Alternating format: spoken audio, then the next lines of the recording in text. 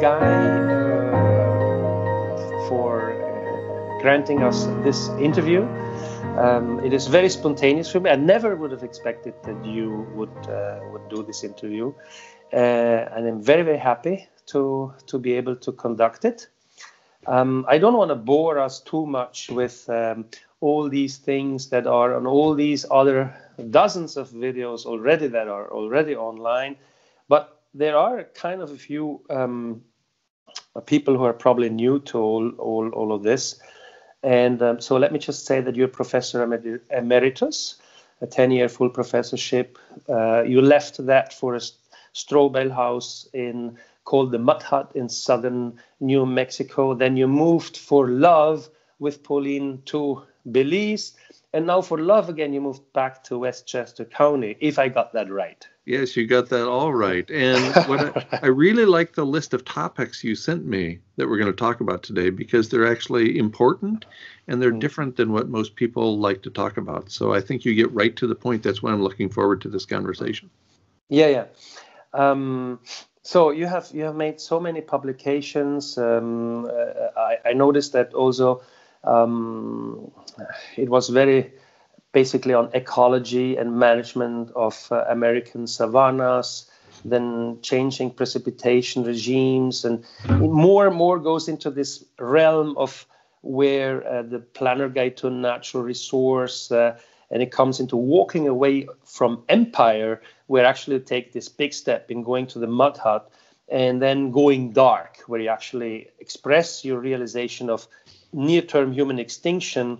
And then you come up with Pauline. Actually, you wrote this, the Extinction Dialogues, How to Live with Death in Mind.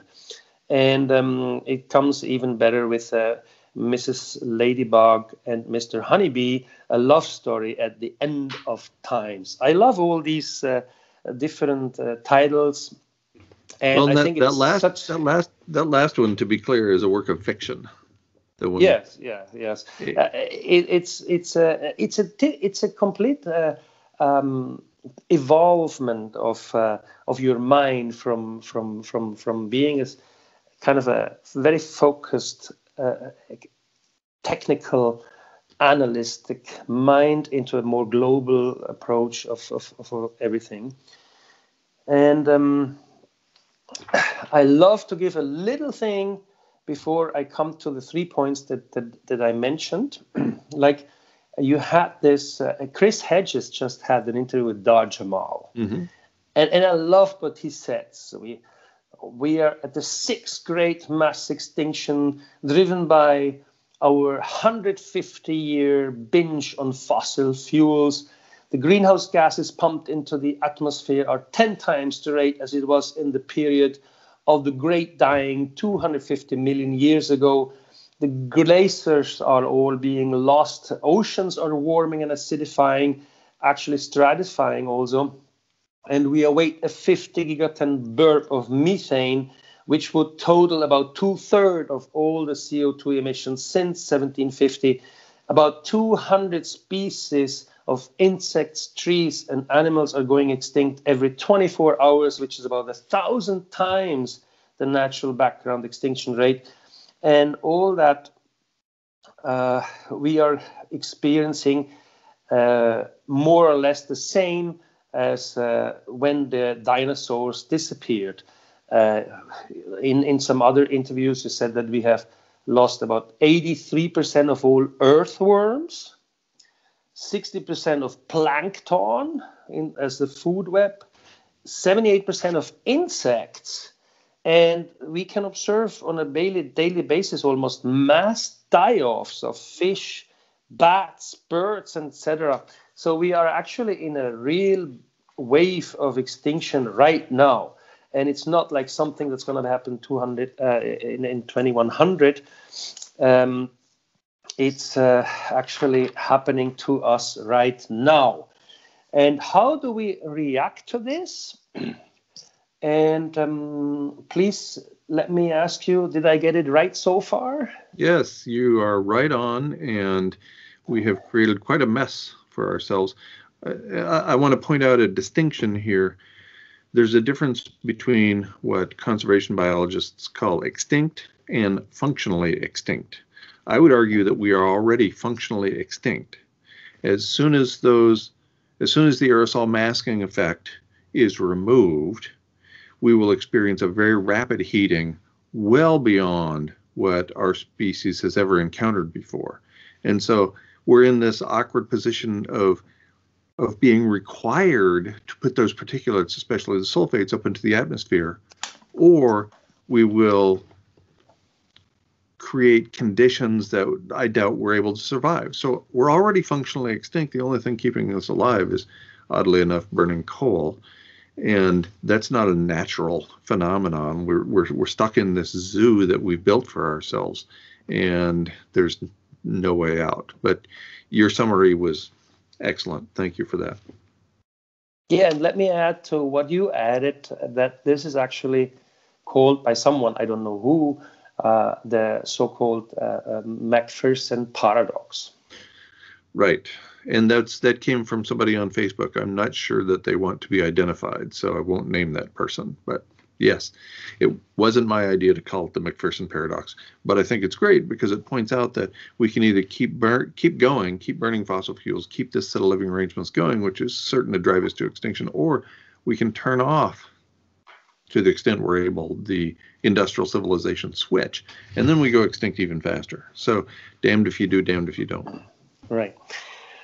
So two slides that always show up, I've printed out here, is we can see in this chart that actually there is, usually we are in hothouse Earth, and only in this period right here, in this little period, we are in a human habitat where it's cool enough in the Pleistocene for humans to evolve, and that corresponds to very low CO2 levels. And basically, if I got it right from you, then we have CO2 levels exceeding this upper level here, right?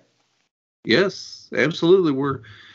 We now have about 10 times as much carbon dioxide in the atmosphere as we had when there were crocodiles in the Arctic and also palm trees in the Arctic. So the level of carbon dioxide in the atmosphere that we have contributed by burning fossil fuels is absolutely enormous. And when the temperature catches up with that, there's a lag, of course, but when the temperature catches up with that, carbon dioxide emissions in the atmosphere, never mind the methane and the 40 some other greenhouse gases, then obviously the temperature of the planet is going to go up very quickly.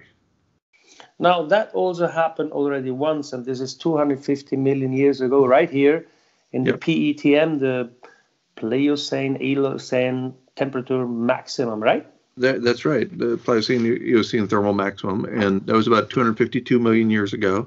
And the difference between that time and this time is the current and projected future warming is at least 10 times faster now than it was during the PETM. So 10 times faster now means how fast? Well, bear in mind that the rate of change is critically important, and every conservation biologist knows that the rate of change is pivotal to the ability of any species to keep up, to adapt to any level of change. Already, the projected rate of change, looking to the IPCC conservative report for 2100, that exceeds the ability of vertebrates to keep up by a factor of 10,000 times. We are vertebrates. The current rate of temperature increase at the relatively slow rate so far exceeds the ability of mammals to keep up, and it will take, according to the refereed journal paper on that topic, the peer-reviewed journal paper on that topic, it will take millions of years for mammals to catch up with the current rate of change. Well, we're vertebrates and we're mammals, so we can't keep up with the current rate of change with what's going on right now. The projected rate of change is much faster. And it doesn't matter whether you talk about continuing to burn fossil fuels, whether you talk about the methane burst likely to emerge from the Arctic Ocean, as reported by Natalia Shkova and colleagues, whether you talked about global dimming or the absence of the particulates when they all fall out of the sky because we stop burning fossil fuels, there are several factors that can contribute to a rapid warming of the planet. And I don't know of any that will contribute to a cooling of the planet. So already we're outstripping the ability of vertebrate mammals to keep up, and everything looking to the future appears to look even faster than what we're doing today. So one last chart, please allow me to show you. It's from Sam Karana. I know you have adapted it and you made it a little bit more conservative, but let me just go into it. I have to scroll it up and down to make my point later on. And here we see that we have at this, the blue one here, it means we are going 10 degrees up. Basically, the whole column, correct? Right. Yes, absolutely. Degrees. So what he has done is add together the various contributors to near future temperature rise. So we're speaking about 2.1 here for water vapor, extra water vapor in the upper stratosphere. Because it's warmer, there's more water up there, so it keeps up, it gets the heat more into the atmosphere. Right. That's most of the water vapor is stored in the upper troposphere, and that's a very fast feedback. That the equilibrium time between increased moisture in the upper troposphere and increased temperature rise is very short. We're talking a matter of days, maybe weeks, certainly not months or years. So that's a fast feedback. That's a very fast feedback. And then we have the methane bomb you have mentioned, which we expect to go off any time, basically. Right, and that's what Shkova and colleagues said in 2008 at the European Geophysical Union meetings, that it's highly likely for abrupt release at any time. And so here we are more than 10 years later. I'm stunned it has not gone off already. They did not say in that abstract and in that presentation that an ice-free Arctic would be required for that methane bomb to go off. They did not say that. So it's highly likely for abrupt release at any time. So you can only imagine what happens when we get the ice-free Arctic that we're headed for in the not-too-distant future. Could be this summer. Absolutely could be it. I'm stunned we haven't had it happen already, because from the very conservative peer-reviewed literature, a paper by Maslowski and colleagues in the Annual Review of Earth and Planetary Sciences 2012, they project an ice-free Arctic in 2016 plus or minus 3 years. So we've dodged 6 bullets already. Will we dodge another one this year? Maybe, and I would consider us very lucky if we did. To the extent I use wishful thinking, I would very much wish that we do avoid that event. Yeah. Did you hear about that passenger ship that just, or another cargo ship, what it was, that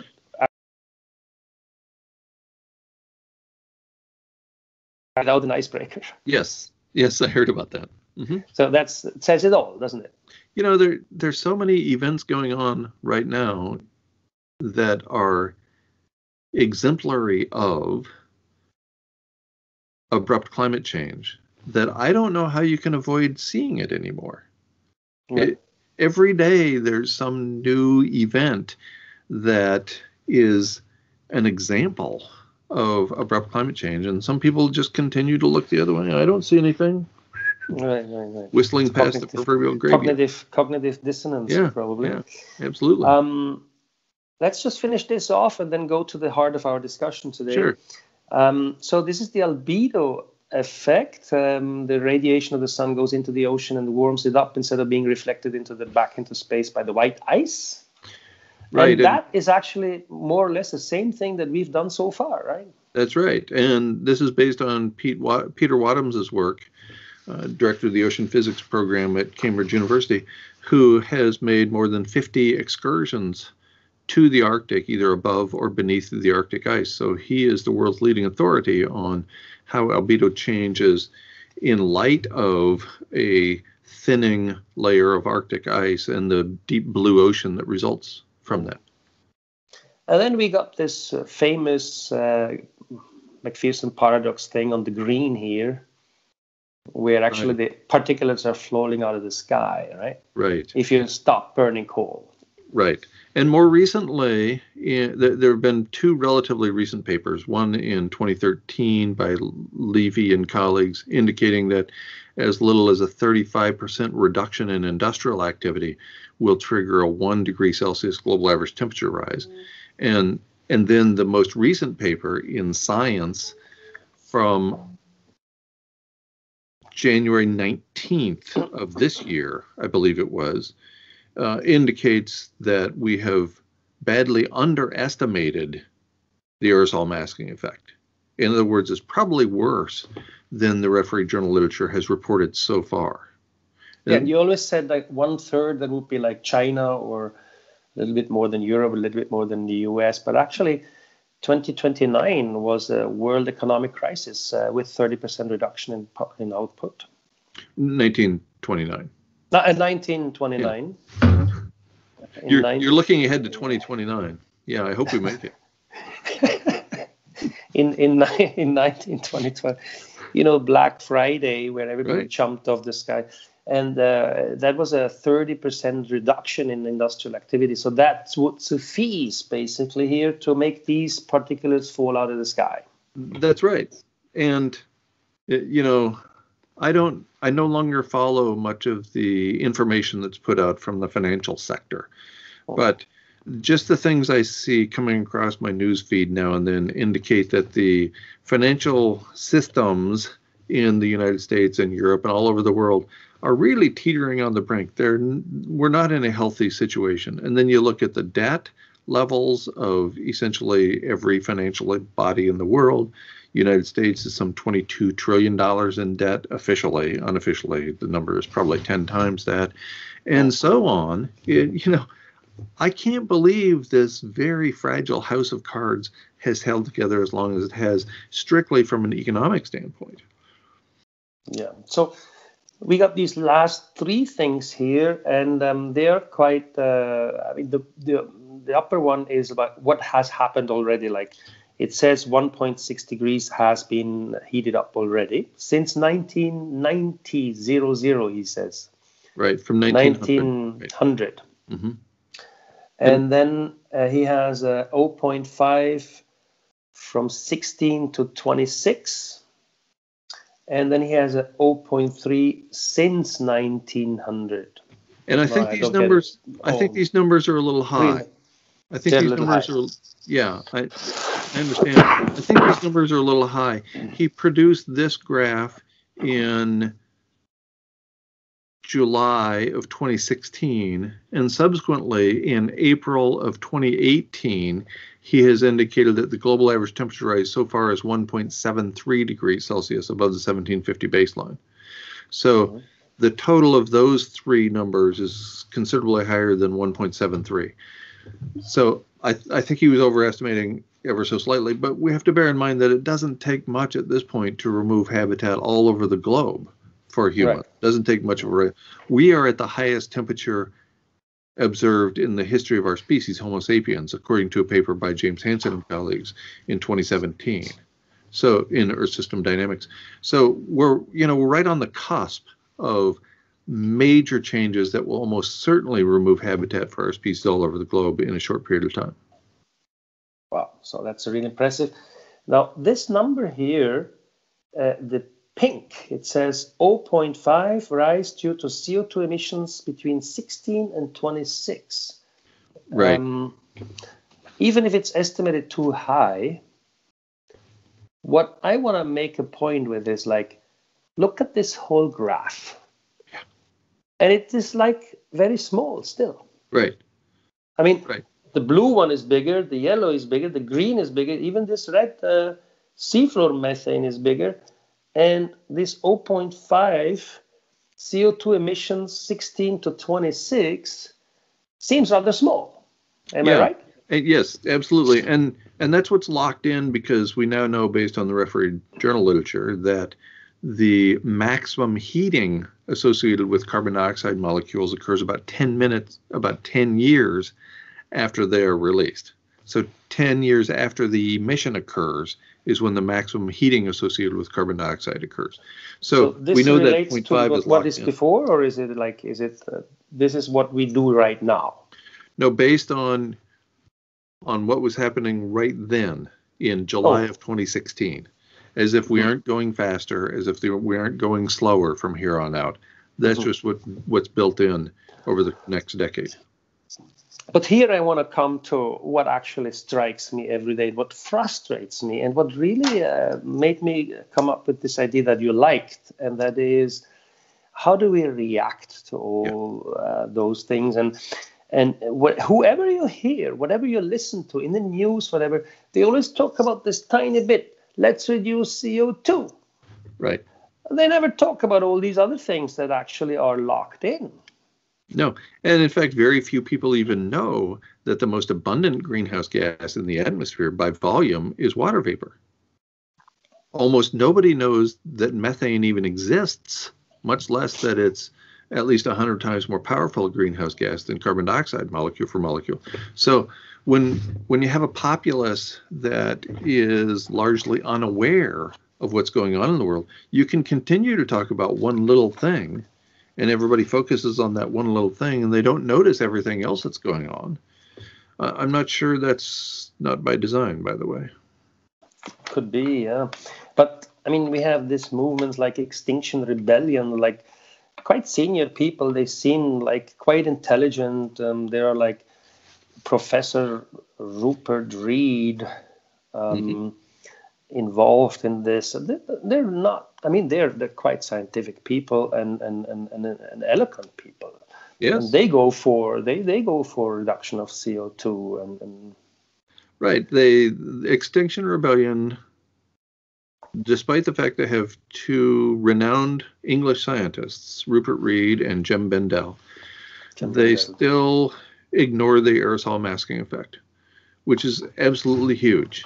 I mean, and I before I understood the aerosol masking effect, before there were any peer-reviewed journal articles on the topic, yes, it's absolutely huge, and that can occur in as little as 6 weeks.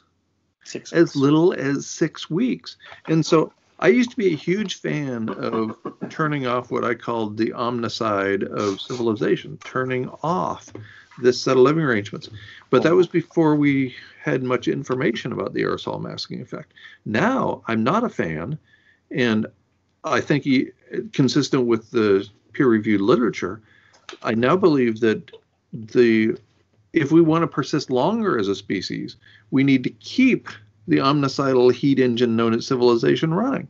Because if we turn it off, the planet heats up catastrophically quickly. The Extinction Rebellion people don't seem to acknowledge that, I think because they don't want to acknowledge it. That's an interesting statement, since they seem to be really well-informed, really progressive people. I mean, they're putting their lives actually on the line. They're being arrested, and they really go through a lot of discomforts. And yes, absolutely. There's at this point, a dozen years after I went through all of those discomforts myself, including far worse ones than they're going through, they finally realized that we're in the midst of an emergency. Well, good for them, but as a result of what is called the McPherson paradox, I don't see any way out. They propose reducing greenhouse gas emissions by 25%. Some people in the group want them to reduce more than that. Well, if we manage to do that in a short period of time, I suspect we'll go extinct. And so will much of the rest of life on the planet, even faster than currently is being done. Let's say the McPherson paradox would not exist, and we would reduce this little tiny bit here by 25%. I mean, how do we really make any change, even if this global dimming effect, masking effect does not exist? Right. And that's my point, that there are so many factors contributing to our demise. That's my primary point with respect to the literature, is that there are too many. We're a juggler with 17 balls in the air. And we have to keep all of those balls in the air for as long as possible. And the instant one of them drops, we go extinct. Well, guess what? Jugglers can't stay awake all night. So at some point, one of those balls is going to drop. They have to take turns. Right. So maybe we need a lot more teamwork than we've ever exhibited before in our history. Well, you're a thief, I heard. I mean, you expressed that in yourself in your essay that you didn't follow Kübler-Ross's suggestion not to steal people's hope, but you did. So you are a thief. And apparently patients never reconciliate with themselves with the person that presented the fatal diagnosis or fatal diagnosis. So how do we deal with that information in the whole context here? You know, that's interesting because just a few days ago, I was asked to contribute a paper to the clinical psychology literature, a peer-reviewed journal, because of my views about hope.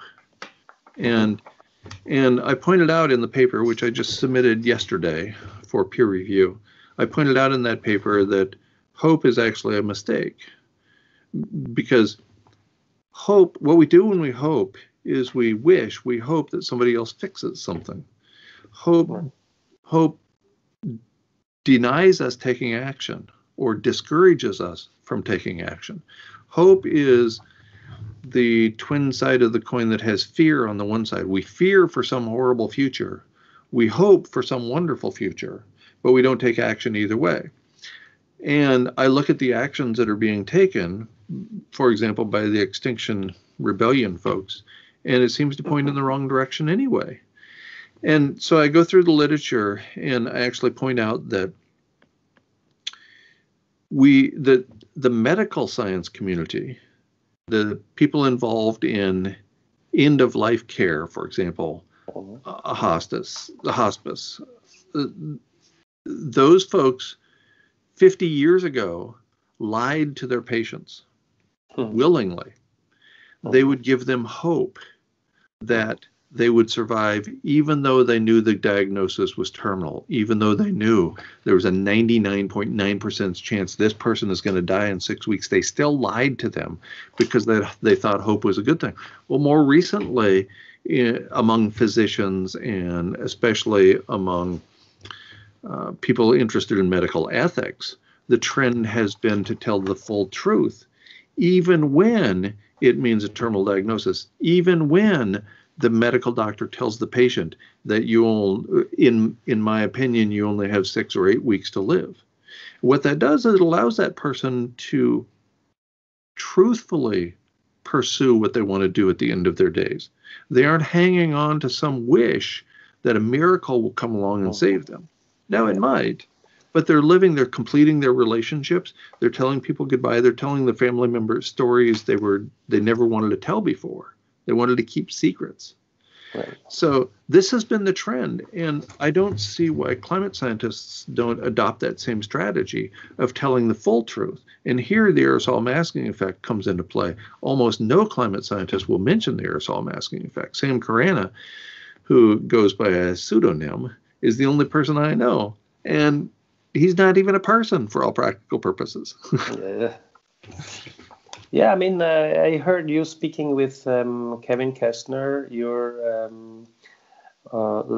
Nature Bat's last podcast partner in New Zealand. Mm-hmm. And he said he has made great experiences in hospice with his mother. And that's probably pretty typical for people who really are departing, that the relationships are clearing up, getting more honest and deep and loving, right, as they know they are going to go away soon. Right. And I love the story Kevin told about hope in a hospice.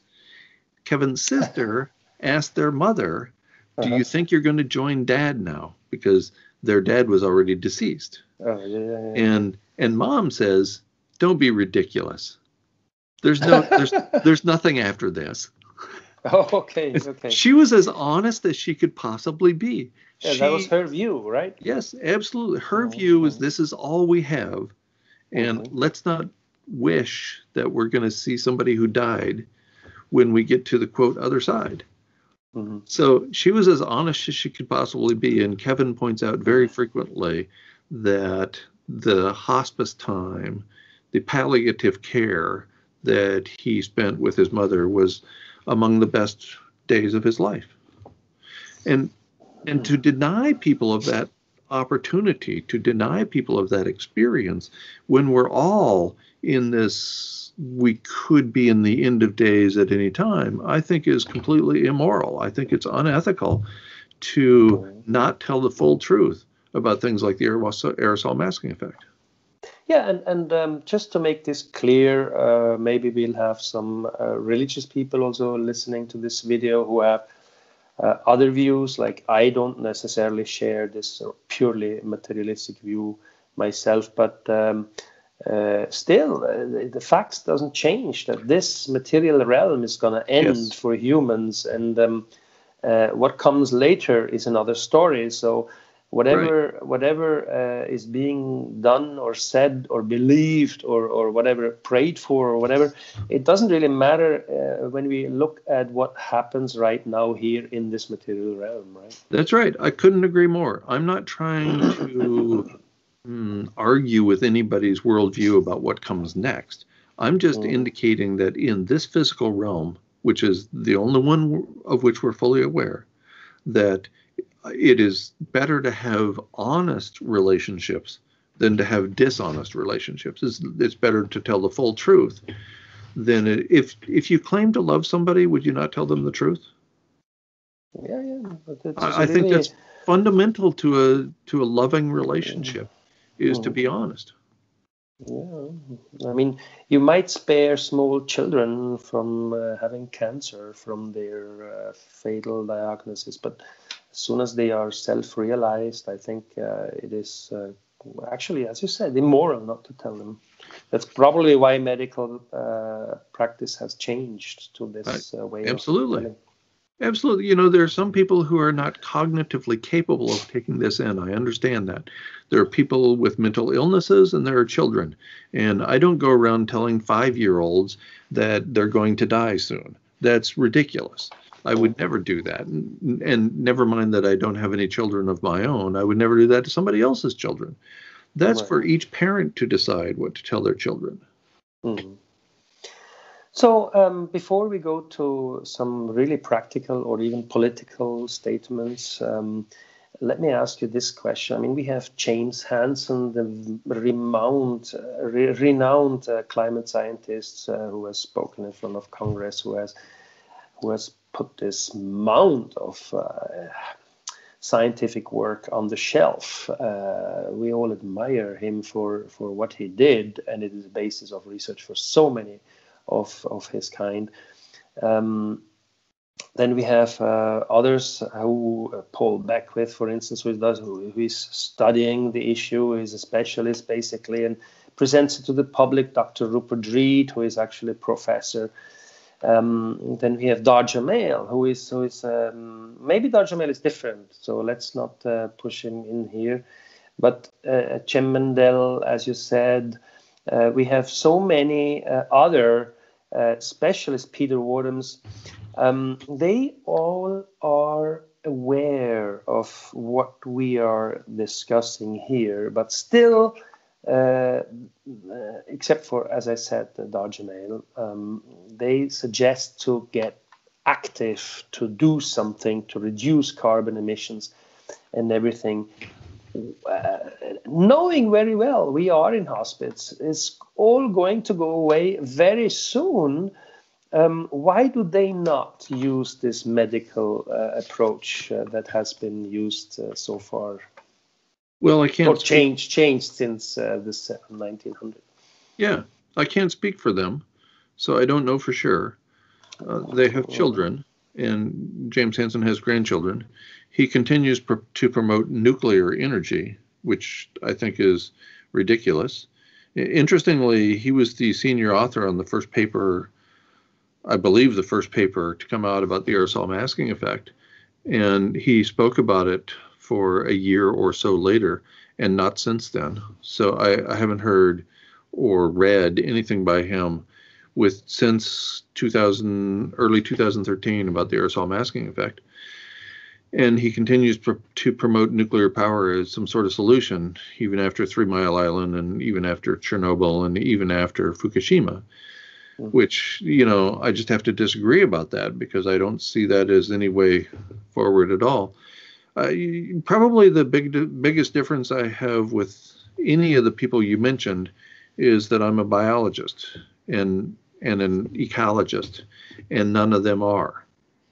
They received their degrees in physics and engineering and what I would argue is more technical disciplines than biology. So they're studying at the level of physics or occasionally at the level of chemistry, but the magnitude of the complexity of conservation biology and ecology perhaps are lost on them. I don't know. At some point I just have to disagree with what these people are saying because I don't think they're connecting all of the relevant dots. Sam Carana, who wisely chooses to remain pseudonymous or invisible with respect to his or her actual name, is the only person who comes close. And even he or she or they contends that we need to take actions to fix the problem. At least they acknowledge the aerosol masking effect, though, and come up with a so-called solution to deal with it. So you basically say that they are maybe not connecting the dots, or they are consciously not actually knowing these different things that are on this chart, or are they just like not wanting to know these things? You're probably familiar with what happened to me. Yeah. So they don't want to risk. You think anybody wants to put themselves through that? So they don't want to risk exclusion from the scientific community. Well, and not just the scientific community. I lost every relationship in my life, every single one, every family member, my partner of more than 35 years. I lost every friend I had, every colleague, every coworker. They're all behind me now. They're in the rearview mirror. Nobody wants to have anything to do with me. You think James Hansen or Paul Beckwith or Jim Bendell or Rupert Reed, they don't know that? Of course they know that. So they're not going to do what I did. They're not going to put the full truth out there. The only person who does that is the person hiding behind a pseudonym. The person? The person hiding behind the pseudonym, Sam Carana. Yeah. Bad things happen. So actually, we are on Titanic. We have hit the iceberg. The water is coming in. The engineer Guy McPherson is going to the captain, and he says this ship is unsinkable. But the captain says, "Well, it will sink. It is made out of steel. Believe me." And then you are the only steward on board who is going to tell people, "Please get ready for a sinking ship." And all the others go and say, "Let's go have a drink at the bar," or let's have another dinner together, right? Yeah, and I'm a huge fan of those options, by the way.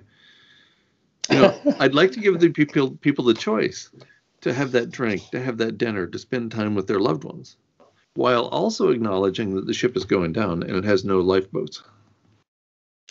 Yeah, so I think the quality of that dinner will be different than if you anticipate arriving in New York finally.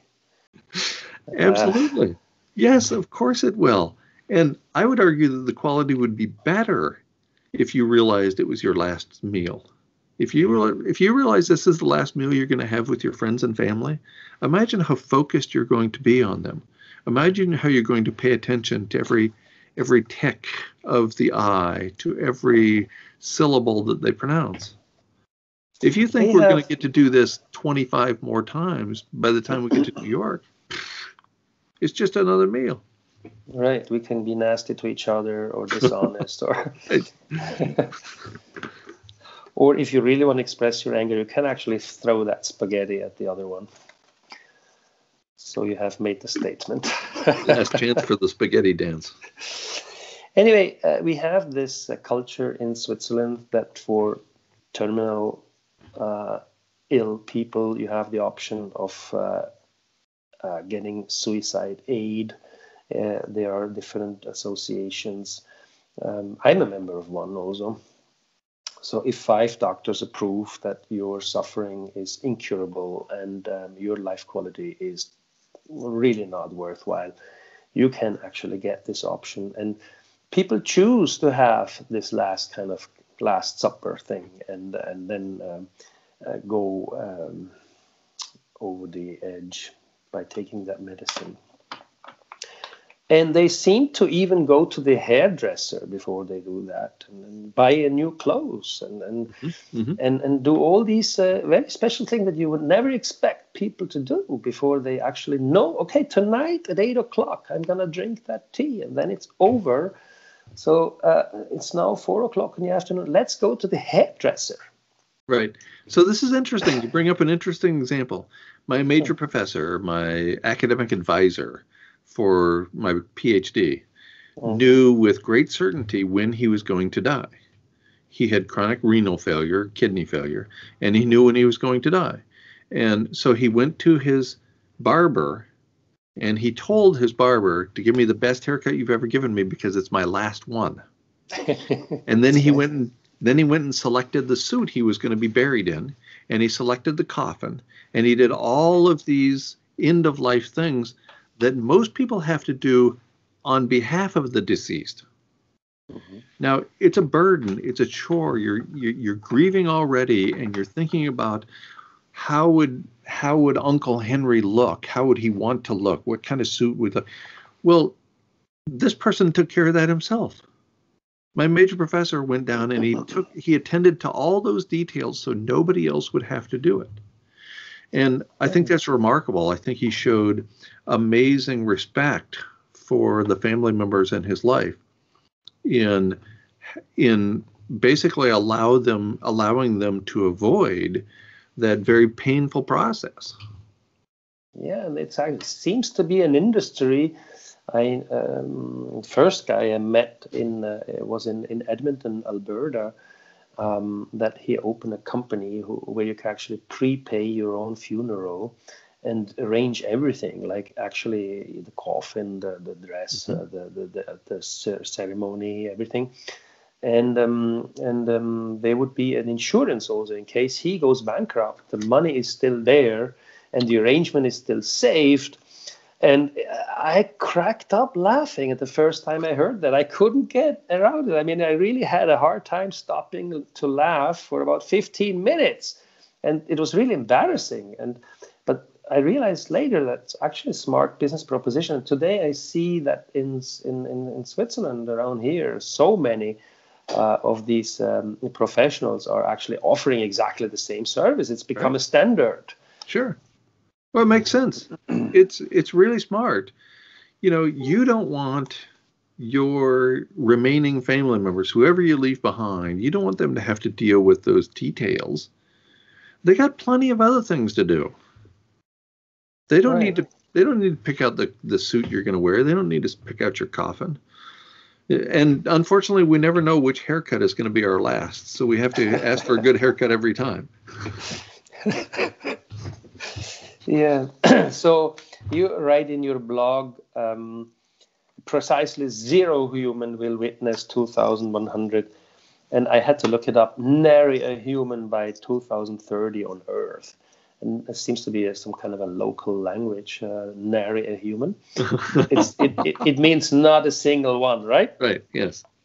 And so 2030, nary a human, and then you come up with extinction 2026.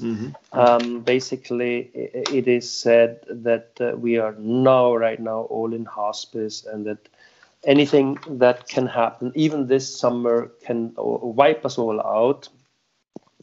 So how would we prepare then? I mean, we cannot... there are 7 million Swiss people, about the size of New York City, probably, to get organized for this mass exodus. What do you propose, or what do you think could be the solutions? Like, should we organize in a way? Okay, there's going to be a mass die-off, friends. Please, what do we do to make this process as human and as smooth as possible without getting each other shut down with guns and knives or something? Right. So you mean at the level of society, or at least at the level of community or country, not at the level of you and your family members. I think those are two different responses. Yeah. The higher level. Yes, Yeah. The political, the decision level, actually. Yes. Right. And here I actually agree with Extinction Rebellion. One of the three pillars of their campaign is to have the governments tell the full truth. Governments are required to tell the full truth about climate change and where we're headed. And I think that's a great idea, and it's never going to happen. That's not what governments do. They have, throughout history, governments have never told the full truth about anything, as nearly as I can tell. They're certainly not going to start now. But that would be a great start. If the government of Switzerland, so Switzerland is a pretty wealthy country, right? And so the government of Switzerland could decide to spend all that gold on food, on grains, for example, and store them. And the people of Switzerland then, after the settled living arrangements goes away, after there's some sort of reduction in industrial activity, then perhaps the Swiss government could distribute food to people so that they had some length of time to prepare more fully for what's underway. Because nobody wants this to hit like an asteroid from outer space. Nobody wants to suddenly wake up one day and habitat for humans is gone and there's no food on the shelves and there's no water coming through the taps. That's a terrible outcome for everybody, because nobody's prepared for that. So if there is a way to moderate the experience, to moderate the likely suffering to come, I think that among the ways are to stockpile food in the form of grains. But that would require governments to tell the full truth about why they're doing that. And That's where I think there's the disconnect. And so that's why I think, and why I've been saying for several years now, that ultimately I believe this comes down to a family endeavor, to you and your family and your friends and the people you know, and how you treat them and how you expect to be treated by them. And if that means you're going to stockpile food so that relatively few of you can get through some sort of bottleneck so that you have 2 weeks to prepare for your death instead of 2 days or 2 hours, then I think that's where the decision has to be made, is at the level of the family or the individual or the community.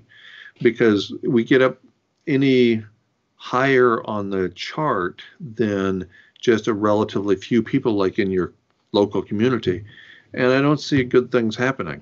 I see the same sort of behavior in the future that we have seen in the past, and that's domination by sociopaths and psychopaths. Probably some kind of a zombie apocalypse, or people actually losing their mind over hunger. Yeah, I would imagine so. And, people dying from dehydration because they don't have water coming through the taps. And the remaining water that's out there that hasn't been treated by some sort of municipal system, that water is terrible. So it's going to make you sick. You're going to get giardia. It's going to make you suffer. So to the extent we can delay the inevitable and remain comfortable, I'm a big fan. And that's what palliative care is all about. That's what hospice is all about. It's about telling the truth and keeping people comfortable while recognizing that they're going to die. Well, I'd like us to recognize that we're going to die too, because, news alert, we're all going to die. And we know that when the water stops coming through the taps, we know that when the food stops showing up at the grocery shelf, that almost all of us are going to die relatively quickly after that. But it'll be nice to have a week or two to spend time with our family and our friends to prepare for our eventual demise, than to have it come in a 2-minute period when there's absolute chaos all around us. So basically, you imagine, I mean, you're now in Westchester County. I mean, this is one of the most populated areas in the world. And you're in Pauline. What are you envisaging actually with this upcoming disaster of empty food shelves and no gas at the petrol station, no water out of the municipal taps? I suspect it'll come as a major surprise to almost everybody in Westchester County. For one thing, there's nearly 3 times as many people in this county as there was in the whole country of Belize, where we lived for 2.5 years.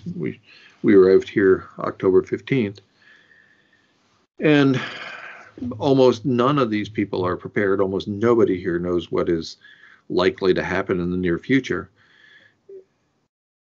Almost nobody knows that the water is going to be shut off from the municipal taps, that the city water supply is just not going to supply water in the not too distant future, that there won't be food on the grocery store shelves. So you could argue that I'm insane for moving here, and I might well be insane. I'm not denying that for 1 minute, mind you. but I finally... One never really knows, is it? Right, exactly. In an insane culture, who's to say who's sane? Right, exactly.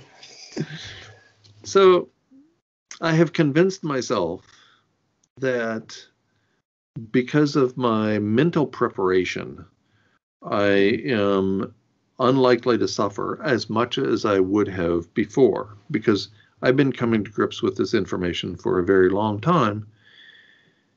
And I expect there to be that day when there's no food on the shelves and no fuel at the filling stations and no water coming out of the municipal taps. I'm expecting that to happen. I know that it is virtually certain to happen in a relatively short period of time. It could be this fall. It could be next spring as a result of an ice-free Arctic this fall. So it's likely to happen in the pretty near future for me. Knowing what I know and being aware that I live in a very densely populated area, my best case scenario is that I manage to avoid suffering for me and the people close to me. But we don't know, do we? I mean, this has never happened before. Civilizations have collapsed before. They were ancient civilizations. Nobody knows about them anymore. Nobody knows what it looks like when everybody is starving or dying of dehydration. Nobody knows the violence that will ensue. We have small examples here and there, the collapse of the Soviet Union, several Central and South American countries that were pushed over the edge primarily through United States actions that destroyed those countries.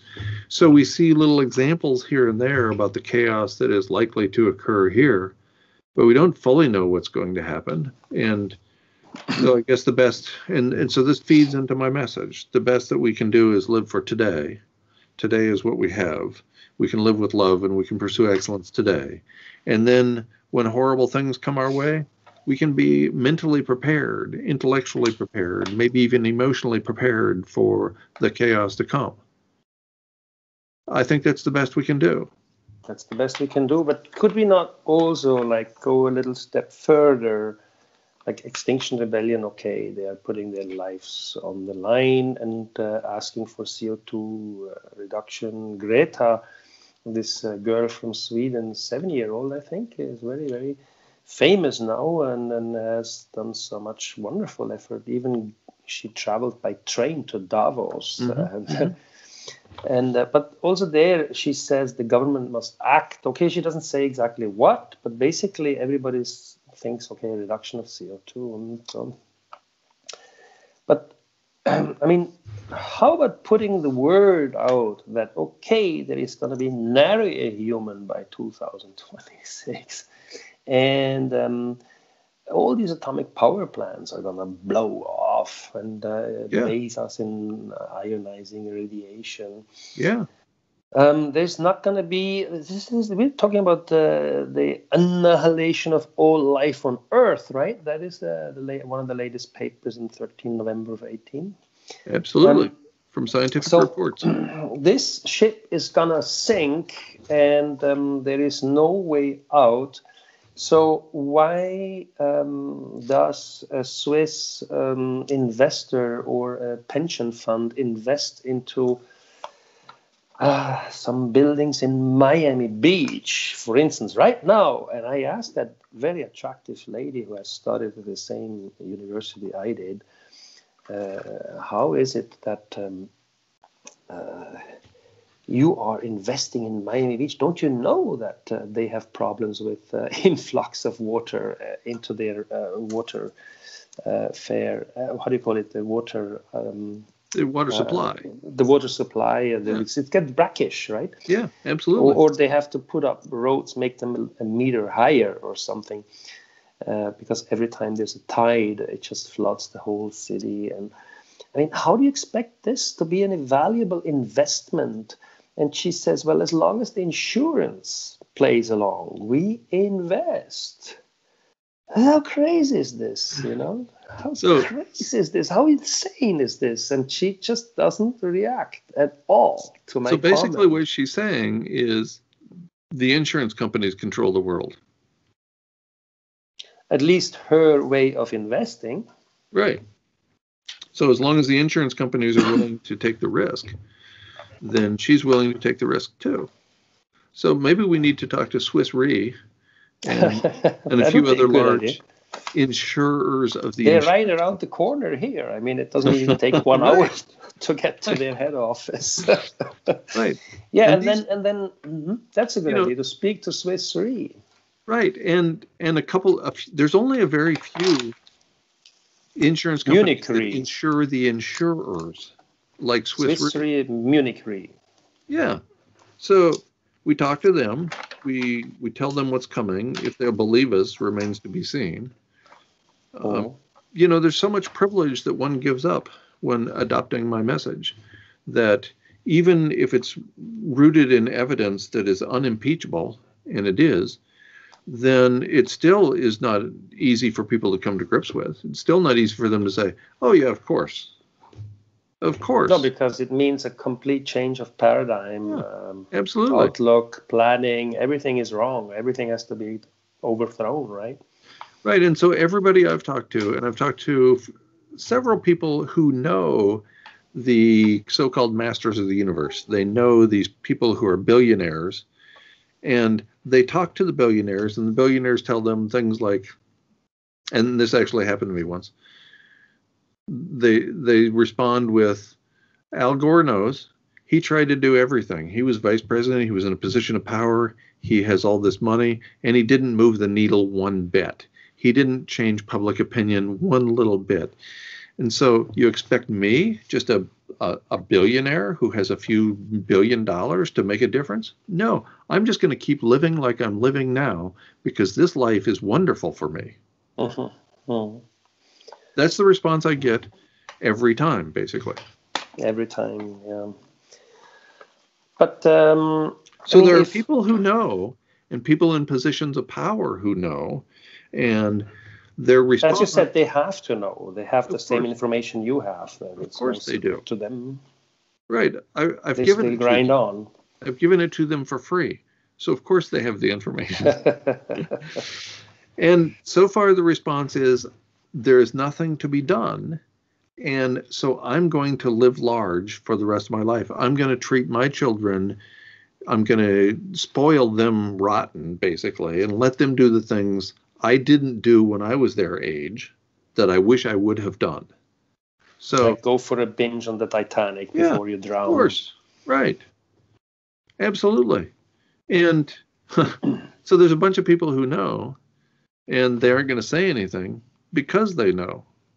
Because if everybody actually adopted my message quickly, I imagine most people would be happier. Most people would stop working so much, and that would reduce the income of the billionaires.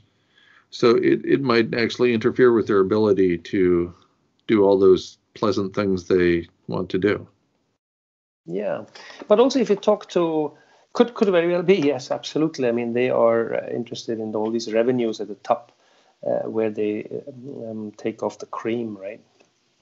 And but if you even talk to normal people, like I talk to my friends, okay, for the most part, they are mentally not able to really grasp the information, or if they actually grasped it, they kind of don't accept it or ridiculous it. Like I told one friend, why do you work so much? I mean, you have enough money. You don't need a pension fund. Forget about your pension fund. It's not going to be there. You are not going to be there for your pension fund.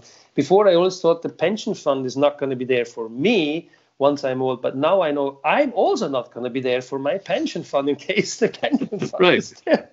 So it's going to be... So why work for these things? And they kind of gaze away and then change the topic or so. Sure. Most people don't have any idea that there's another way to live. Most people were born into the set of living arrangements, just like you and I were. They haven't thought deeply enough about how unusual it is to have water coming through the taps and fuel showing up at the filling station and food on the grocery store shelves that they can get to in 10 minutes. That's weird. That's the weirdest thing ever. But most people don't know it's weird because they were born into it. It's been here since they showed up. It seems normal to them. Of course, and I get angry once I get my avocados, and one of them is not proper anymore. Yes. Yes, a bad avocado is enough to ruin your day. Right. And it came from all the way across the world. All across the world. That avocado came from South America, but you're complaining because it has a dark spot. Right. And but anyway, I think there's a psychological reason here that people don't accept the evidence. And that's because it's beyond the realm of anything they can possibly imagine, much less what they know about. So there are now numerous reports of indigenous people who, when they first saw colonizers come in their big ships, right? So there's these big sailing ships coming to, say, the South Pacific. The sailing ship has people from Spain, or they're Dutch people, or they're English people, or whatever. Right. And the indigenous people have never seen anything like that ship. Right. What do? They look away. They pretend it's not there. There are really? That's what they actually did? They looked away? Absolutely. Pretended it was not there? Right. It'll be as if an enormous spaceship came and landed in your yard. It is so far beyond your ability to imagine as real that you just don't accept it. But it was like when the towers came down in New York City, I had this experience. I was giving a presentation. I had like 30 people in my room. And then I was called to another room, and then the towers were coming down. Like I looked at it 3-4 times. And I went back to giving my speech. That was it. And it dawned on me only the day after what really happened. I just couldn't grasp the idea even. Right. So you psychologically put that on hold. Oh. These indigenous people, once the colonizers got into their small boats and began rowing to the shore, the indigenous people recognized them as humans, and they went and either greeted them or attacked them. But when they were in the big ship that was beyond their ability to recognize what it was, they acted as if it wasn't there, as if they didn't even see it, because they couldn't even imagine it. And I think that's what we're looking at. People can barely imagine their own death, much less the death of every other person on the planet. It's too big. It's unimaginably big. Yeah. Still, I think some people will come to grips with it. I mean, you have come to grips with it. I have, to a certain extent, come to grips with it. It took me like hours and hours of repeatedly listening all of your videos and other videos, by the way, and reading papers that you suggested, and really kind of meditating about all this and having this assimilated to my system, this horrendous information, until I actually, and then you go down that famous rabbit hole. Mm-hmm. Actually, depression occurs. There is no, you cannot avoid it, basically. Mm-hmm. and then you get out of it, and it's a whole process. It's not something that happens in an hour or so. Absolutely, and I suspect that's one reason why most people don't want to go down that rabbit hole. It's depressing. It does not make you feel good. Nobody wants to even die, much less have their privilege taken away, much less be exposed to suffering. Nobody wants the human race to disappear. That means everybody I know. It's one thing for me when I'm, sitting in the dentist chair and getting my tooth drilled. Some days I really do want to die, but I don't want everybody else on the planet to die. But also this reaction of I hear from some friends like, okay, if it's then going to be like this, then it's going to be like this. But let's not discuss it. Why should we discuss it? What can we change anyway? Well, that's a good point, actually, and I appreciate that point. The reason I discuss it is because I want people to know. I feel like I'm the medical doctor who has the terminal diagnosis to give to the patient, and it used to be perfectly appropriate to not reveal that information, to rely upon hope instead, a miracle. But now that's no longer the case in the medical science community. I don't think we should do that either.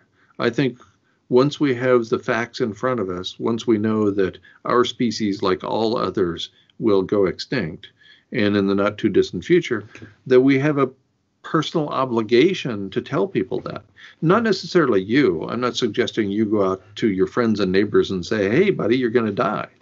I'm sorry, I can't avoid it somehow. It just happens all the time. It's like you're going to this airplane flight and then the lady next to you opens a discussion with hi, and you say, okay, that's right, exactly. About human extinction. You just opened the topic there.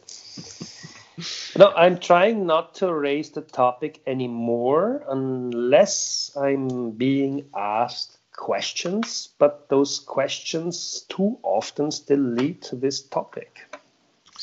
Yes. Makes me quite unpopular. I feel your pain, man. No, it's okay. I mean, you've gone a lot through more, but it's like, what's the use of knowing all this? So, after all, we cannot change anything, and it's going to happen, and ignorance is bliss. So generally, I now ask people a question before I spring this information on them. I don't bring it up. People ask me what I do. I tell people I'm a professor emeritus, and they ask what in, because that's the what subject did you teach? What subject did you research on? Well, I'm a conservation biologist. And what do you do now? And I'm like, I say, okay, here's the deal.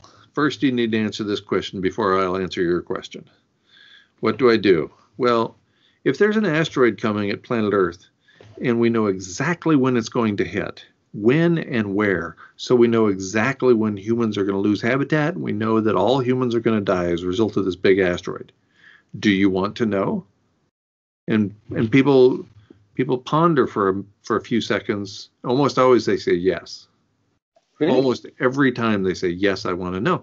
If they say no, I don't want to know, then I say I can't tell you what I'm working on, because it's they're going to think you're working on asteroids. It's a big deal, right? So if you want to remain ignorant about it, that's fine. I'm not going to encroach upon your ignorance. I recognize that ignorance is bliss, and I try to be a little nicer about it than that. But most people want to know. Most people want to know. They say, yes, I absolutely want to know. So I tell them, and then I tell them, no matter, it's interesting, no matter what date I give them, I tell them, so there won't be a human on Earth there won't be a human on Earth in 2026, or there won't be a human on Earth the day after tomorrow. They all act the same. Every response, even if I tell them it's the day after tomorrow, they say, yeah, okay, well, I'm just going to go back to doing what I was doing. And do you think they grasped it, or it was more like me walking back into that room and giving that presentation? I think that's exactly right. I think they put it on hold. On hold. And so I think the best case scenario then is that they put it on hold for a while when they're talking to me for the next few hours. Maybe they think about it. Maybe they look up my name on their online search engine. Maybe they watch a video. Maybe they read a little bit. And then they start thinking about a little bit more. Maybe they live differently as a result of that. That's the best, really, that I can expect, is that people live differently as a result of my message, and hopefully more honestly and more joyously than they otherwise would. Let's presume that we have actually managed to push a the biggest educational challenge ever, to have this process speed up, because we only have 2-3 years, right? So, and you don't have the billions that corporate media have to actually communicate that information. But let's just presume we actually did it and people are aware, okay, this asteroid is on the way to Earth and it will impact and we all are going to die. Would it be a good idea to stop building public infrastructure and put that money and give it to people who are actually in despair or don't have enough money to even buy food or clothes or heating or whatever instead, or even tax the rich much, much higher? I mean, they cannot take their money to the grave either. Absolutely. Absolutely. I couldn't agree more. We should, if I was emperor of the world for a day, if I was king for a day, the world would be a lot different place in the following 24 hours. And we would stop building large infrastructure projects that people think are so wonderful, that provide jobs, usually jobs that nobody wants to have, but they're jobs in any event. Yes, of course I would redistribute income. Of course I would just redistribute work. Of course I would redistribute the potential for joy in people's lives. And there are thousands of ways to do that. Literally thousands. It's not just stopping the infrastructure projects. It's not just redistributing the money. It's not just storing the food and distributing the food differently. There are so many individual acts, legislative and otherwise, that can be taken to improve the lives of those who are suffering at the expense of those who won't miss a few $1 billion out of their bank accounts. Yeah, they won't even miss it, and especially then it's not going to be used in any way. It's like just going to be completely wasted. I mean, let's have that final party. Everybody should have a beautiful hospice stay for those last 2 to 3 years that are actually in front of us. Right. And, one of the problems with this is we don't know exactly when. We don't know when. Don't you know most probably, because you always state 2026 to be the last human on Earth and stuff. I mean, can you calculate a little bit backward and then say, okay, by 23, probably not a bunch of people are going to be around and stuff? I suspect what causes us to be functionally extinct is something like an ice-free Arctic that will cause considerable warming, something like crop failure, maybe as a result of the earthworms that are all dying. Maybe it's a result of the collapse of the financial system, which currently is just a house of cards waiting for the wind to blow it down. There's any of a handful of events that could trigger functional extinction. If I knew when any of those was going to happen, if the governments knew when any of those was going to happen, I think that would make this a lot easier. It'd be like knowing your own death date. If I knew the exact day I was going to die, I guarantee you I wouldn't have a penny left in my bank account at that point. And I suspect most other people would do the same thing. If the rich people let's have that last cup of coffee, the last penny you have, right? Right. But still, is it not kind of obvious, since this information is so stark and it is so amazing, and let's actually say, okay, we got the word out. It's the work you do, and you do an excellent job. I mean, you're a professional teacher. You're educator by nature, as you always mention.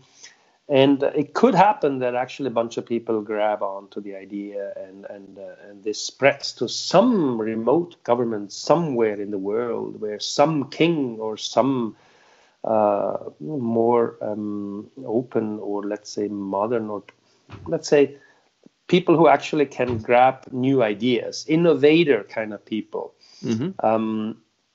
not the ones who follow the big masses, but and then they actually install this kind of hospice for everybody. How would that look like in Westchester County, right around you? How would that look like? Well, I think that it looks a lot like the early 1930s, actually, I think it looks like freely available food for people who are unable to buy their own food because they don't have a job that pays them enough money. I think it means that the grocery store has food coming in to the maximum extent possible for everybody who needs it. I think it looks like people having conversations at every coffee shop. If the owners of the coffee shop still want to keep the coffee shop open, of course. Maybe all the coffee shops are closed because all the owners of the coffee shop decide to go to Argentina on vacation. I don't know. And that's the difficulty. It's very difficult to predict the future. Obviously, at some level, we get to make the future. So we get to predict our own future, but we don't get to predict what happens all around us. I'd like to think that people will behave, that people will be honest and decent with each other, that people will actually live the golden rule that they espouse. So what a noble motive to actually work on this topic. And why not build like an NGO or that could be actually, since action is the best antidote to despair, as Edward Abbey. Who was it? Edward Abbey. Said. Yeah. We could actually put this as our action plan, the thing that you do all the time anyway, and we could then alert people to a point where this hospice is installed, where people live a more comfortable end of their lives, and where we go and depart peaceful as a society. And even if we don't reach that goal, it could be like the goal of our final period. So here's the thing. Here's what I want to do. I want to do that anyway. Right. I want you and me to go out into the world after this conversation and treat people with decency and with respect, and treat them as if they're dying, because we know it won't be long for them. I want to alleviate any suffering I can. So when somebody comes to visit, I want to offer them coffee and tea.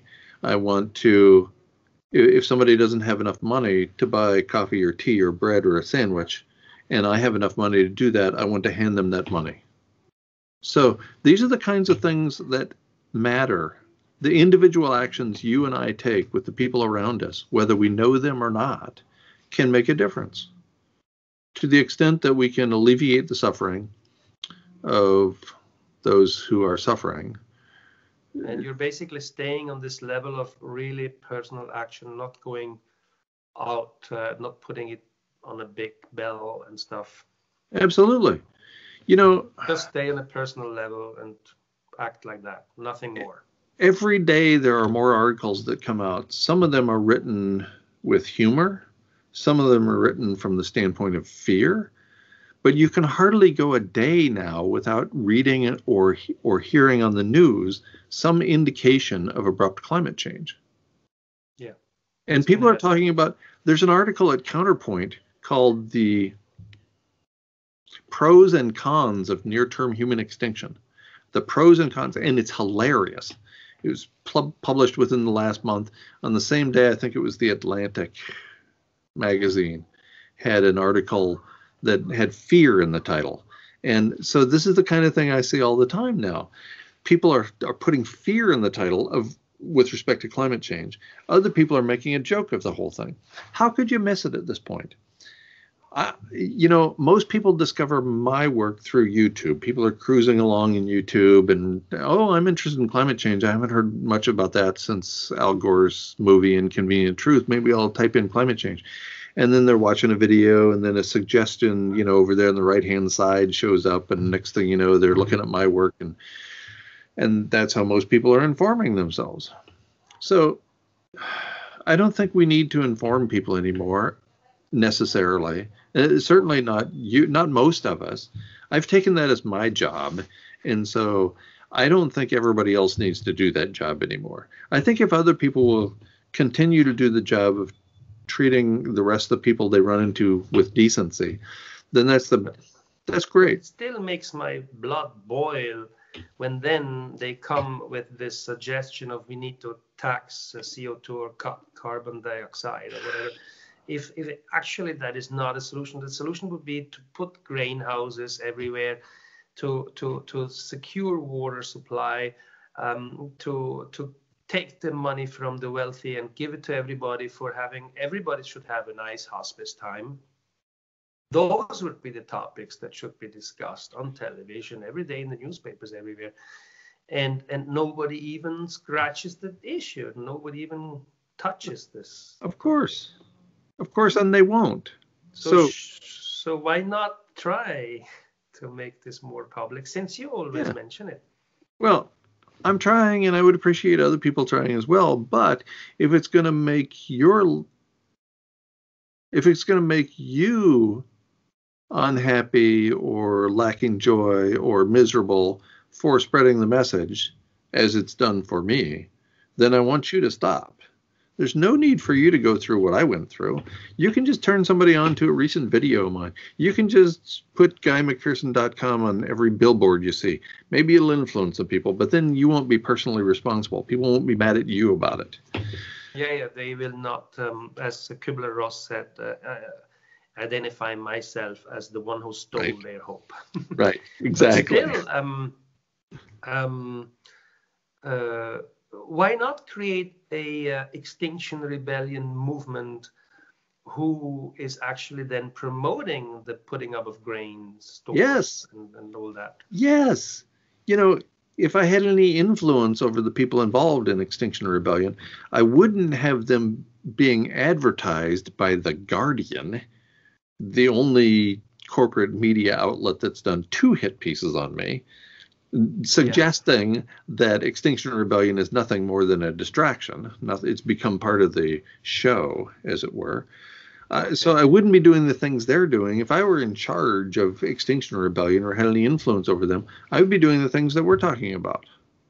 Right. But I'm not. And you're not. And I doubt if we have much influence over I think there needs to be more, maybe with a wider audience discussion. Maybe we'll have some comments in the bottom. Mm-hmm. I will not put up a video podcast of different videos, and but maybe if we talk to other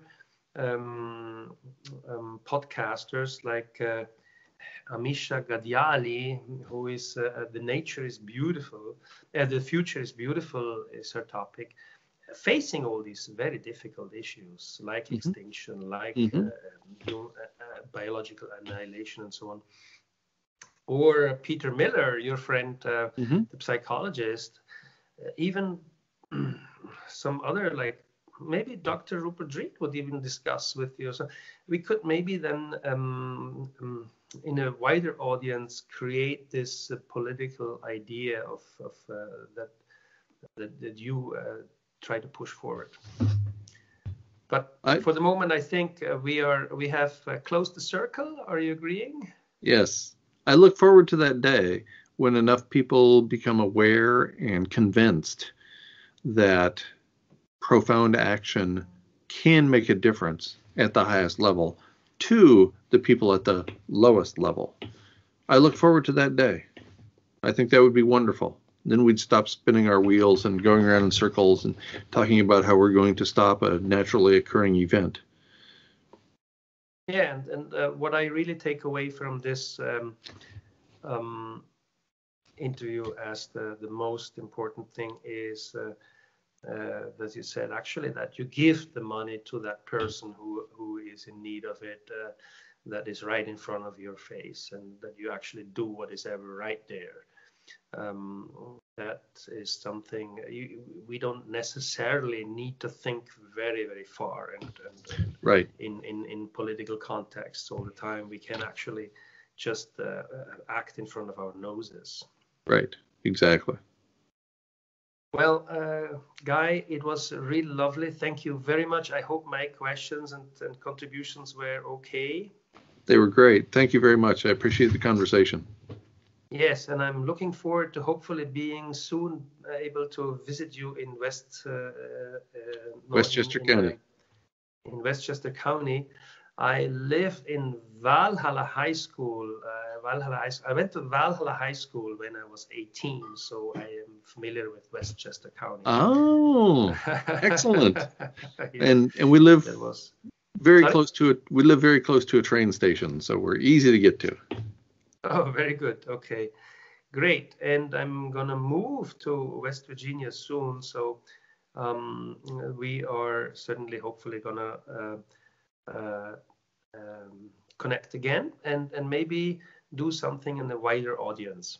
That'd be great. Look forward Give to my it. love to Pauline, and I will. thank you very much for this interview. Thank you, sir. Danke fürs Appreciate it.